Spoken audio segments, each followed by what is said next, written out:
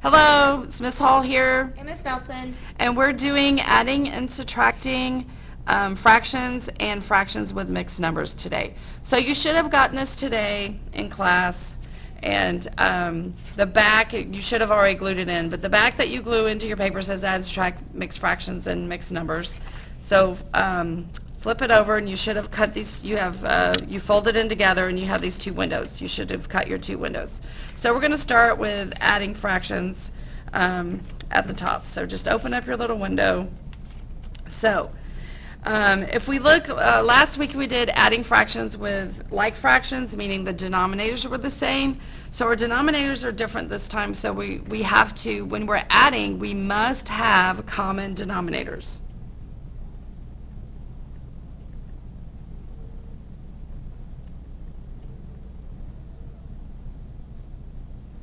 So you have to have common denominators. So in order to have a common denominator, is to change the numerator and the denominator by multiplying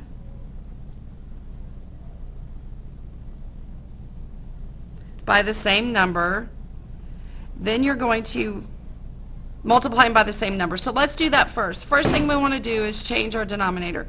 So we look over here, and our two denominators are 6 and 3.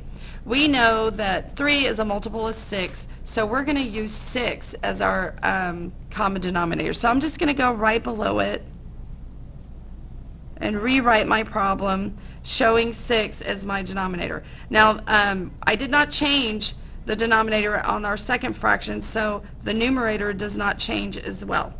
So ask yourself, what did we multiply 3 by in order to get 6? We multiply 3 by 2 to get 6.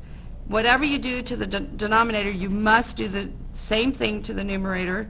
So we're going to multiply 1 by 2.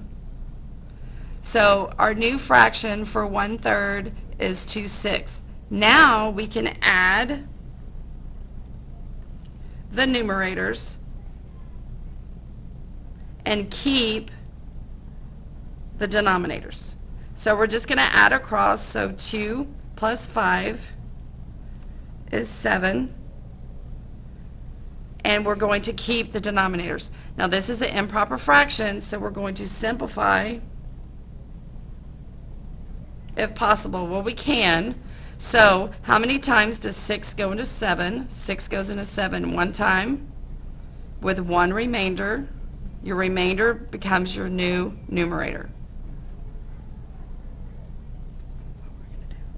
You're going to do the...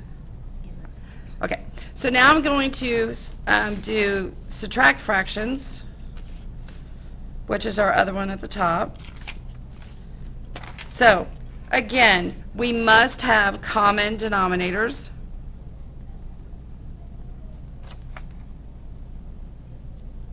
Denom.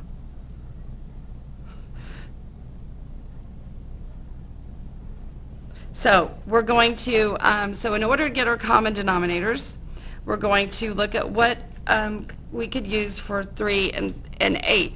3 does not go into 8, so we're going to have to use a totally different number. So we know that 3 times 8 is 24, and we could use that as our new denominator. So we're going to multiply by the same number. So 3 times 8 is 24. I'm just going to write, we know we're going to use 24 as our denominator, so we're going to go ahead and write it down there. So 3 times 8 is 24. So 2 times 8 is 16. Now 8 times 3 is 24. 3 times 3 is 9.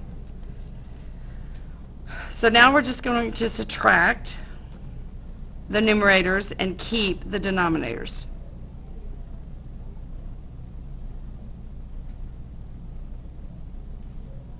Okay, so 16 minus 9 is 7 over 24. We subtracted our numerators, we kept our denominators.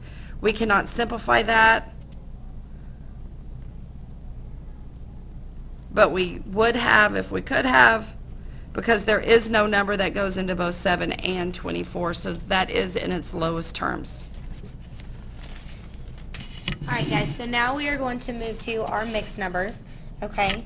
And our mixed numbers, for the most part, we're gonna treat them just like we do our regular fractions, our unmixed numbers, okay? So you see that your first rule says that you must have common denominators or fractional parts of a number, okay? So your first step, you are going to use around the world to make an improper fraction. And what that means is that you are going to make a fraction where the numerator is larger than the denominator. So I'm going to go ahead and do that part first. So I go ahead and I put a kind of like your little arching arrow around it. And to do that, you take your denominator and you multiply by your numerator, or I'm sorry, by your whole number. So 9 times 3 is 27. And then 27 plus your 4 is 31, still over 9, plus, I'm going to do the same thing. 6 times 1 is 6, plus your 5 is 11 sixths. So now we have a fraction. We have two fractions, and we, from this point, are going to just follow our fraction rules. So I must find a common denominator first. If you have problems finding the common denominator, you can always sit and list out your multiples of all of them. So 6, 12, 18, 24, 30, 9, 18, 27, and so on. The first number that shows up in both of these is going to be 18. Now a hint, your biggest number will never go down. It can never go down to the smaller number, but your smaller number could possibly go up to the larger number if that is in fact a multiple of that smaller number. So now I had to multiply my 9 times 2 to get to 18. So I'm also going to multiply my 31 times 2 to get 18, and I get 62. I multiplied my 6 by 3 to get to 18, so I'm also going to multiply my 11 by 3, and I get 33. So now I add my numerators. 62 plus 33 is going to be 95. I keep my denominators of 18. Now, what I do, okay, from here, I divide. I know Miss Hall showed you, she was telling you how to go through and do it. I'm actually going to show you how to divide. So just like we talked about I do earlier, okay, I'm going to put 18 outside the house, 95 inside the house, and I'm going to figure out how many times 18 goes into 95.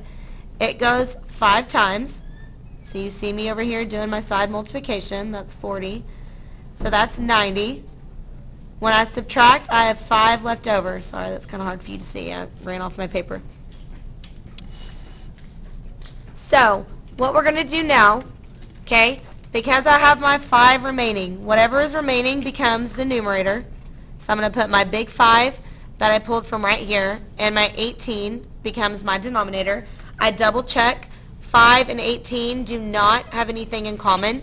So my answer for this adding mixed numbers is 5 and 5/18. Okay? So now we're going to switch over to subtracting.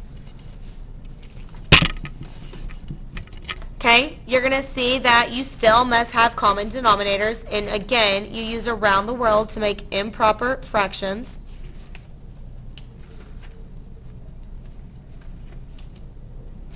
So that's what I'm going to start with. I'm going to go around the world, and I'm going to change these guys first.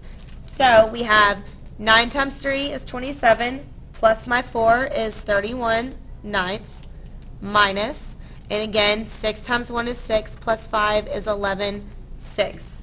Okay, so these are the same numbers that we just used. So you should know that your common denominator out of these two is going to be an 18. This time we're going to put the subtraction sign between them. So again, I did 9 times 2, 31 times 2 is going to be 62. 6 times 3 gave me 18, so 11 times 3 is 33. So now all I'm going to do, I'm going to subtract my numerator. So if you can't do it that way, then set it up vertically. You're going to borrow, and you get 29. So it's going to be 29 on top over, remember we keep our denominators, so 18. Now 29 over 18 is still an improper fraction. I've got to turn that back into a mixed number. So again, 29 is going to go inside the house, 18 goes outside. 18 goes into 29 one time, We have 11 left over. So I put my 11 on top and my 18 on bottom. So because 11 and 18 do not have anything in common, my final answer for this problem is 1 and 11/18. Okay? So make sure if you have questions, you come prepared tomorrow, ready to ask some questions so that we get into our group. She'll be ready to go. Have a great day. Thank you.